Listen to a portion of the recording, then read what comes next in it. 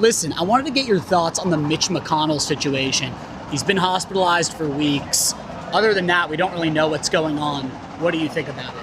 I think it's extremely serious, and I'd like to say shame on the Republican Party for just basically staying silent while such a powerful Republican senator is basically laying in a hospital like a vegetable. And his wife flew to China and met with the vice president of China just days after he basically died, and they brought him back with CPR and took him to the hospital. But you know what? It doesn't surprise me from the establishment, because this is what they support.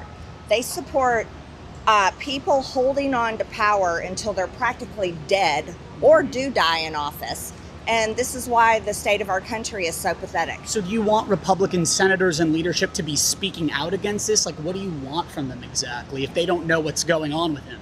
Yeah, Mitch McConnell had a stroke on television, I think it was last year. And that was the earliest signs. But none of these elected officials, Republican, Democrats, congressmen, senators, should ever stay in office until they're ailing in health. Joe Biden is another one. He was the president while he had dementia and was clearly failing on the world stage. But no, shame on every single person in Washington, D.C. that doesn't call this out and demand that Mitch McConnell's family step up and announce his resignation and take care of their family member. Because there needs to be a new election held in Kentucky where they can have a functioning person serve as a senator. And then also, I want to call this out. This really irritates me. The Republican Party is all campaigning against communism right now.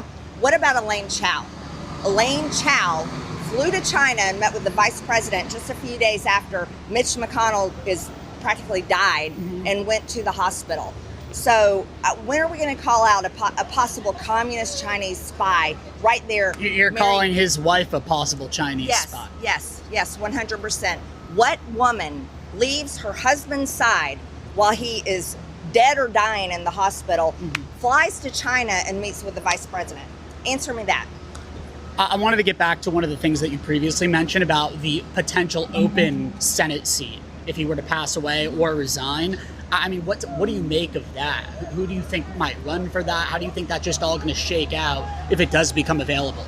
I have no idea who would run for it, but I'd love to see Thomas Massie run, because that man, they ran an Israeli operation on him with 3 billionaire Israeli donors, and they totally stole that seat from Kentucky. And you know what they did that was really disgusting? They broke the law and actually created a fake AI campaign ad showing him supposedly in some sex trio with AOC and Ilhan Omar. And that was wrong.